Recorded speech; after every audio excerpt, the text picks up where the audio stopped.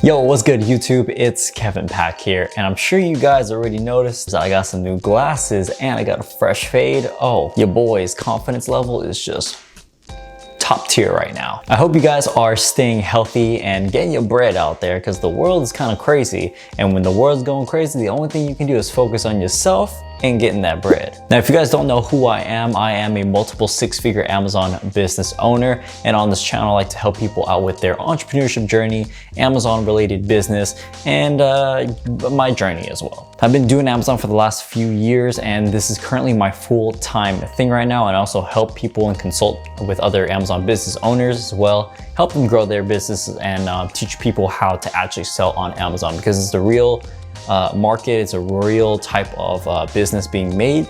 So I just want to be able to help those find that opportunity, and also those who are already in the opportunity, how do we optimize, enhance that as well. Now in today's video, I wanted to go over my mindset of how I developed it before Amazon and during or after Amazon as well, doing my Amazon business.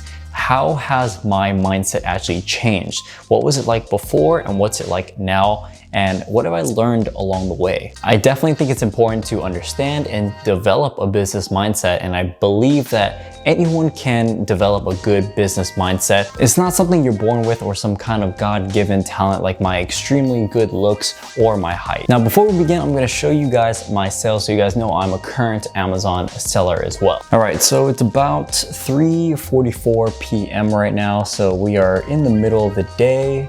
Let me see if I can focus that.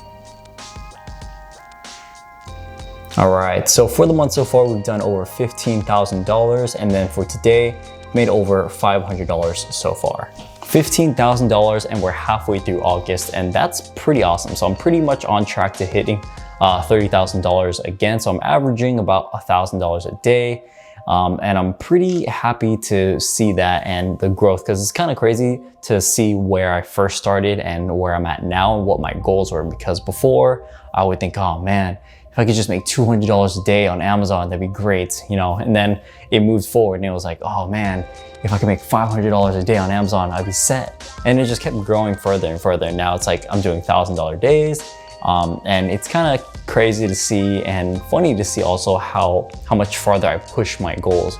Because once I get a little bit, I just want to push it further and further and further and just see how far I can go with my business. And of course, the more I push, the more income I'm making and the more financially free I become and stable I become as well.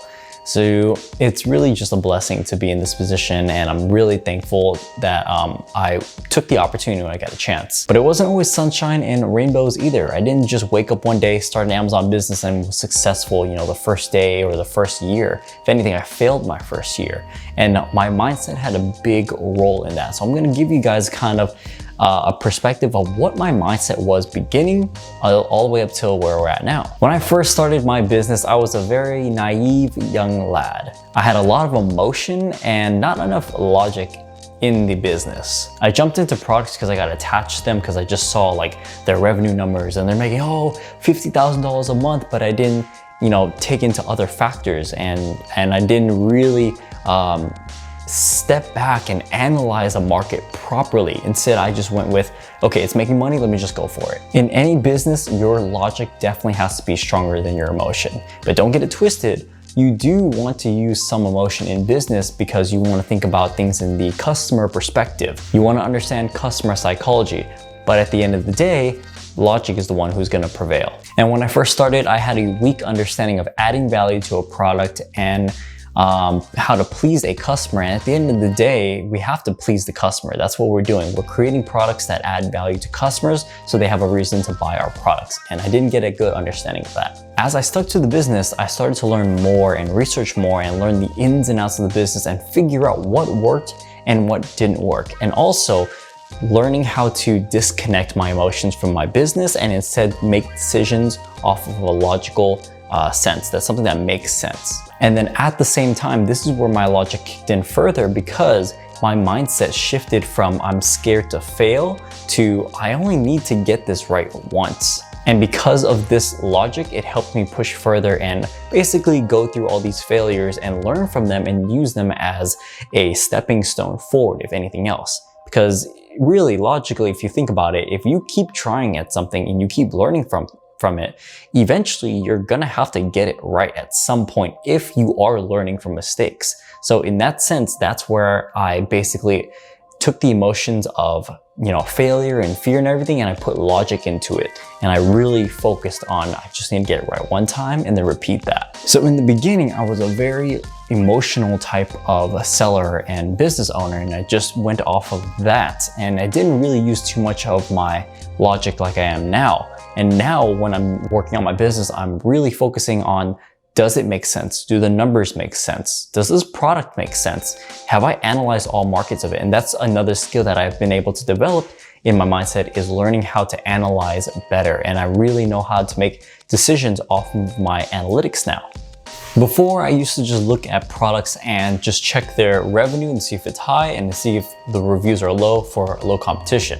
But this was definitely a loophole for disaster. There are a lot of factors that I didn't realize that can completely destroy the potential of a product. Nowadays, I start thinking a bit deeper and I start looking at not only just the revenue and the competition, but I go after like, okay, what are the profit margins in this? Is it 20%, 30%, 50%? Where's that at? Can I add value to this product? Is it seasonal? Is it trendy? Is it just a summer item, or is it a giftable item? Is there a hole in the market that I can go in and dominate on? I started to get into more deeper level thinking instead of, when I first started, it was very much a surface level type of thinking. Because with any business, there's more to it than just the numbers. There's more to it than if it makes money or not. It has to make sense. So if you are a beginner and you're just about to start your online business or any type of business, whether it's Amazon or not, you're gonna need to understand that you have to prepare yourself for that deeper level thinking, okay? So you're gonna have to take yourself from a noob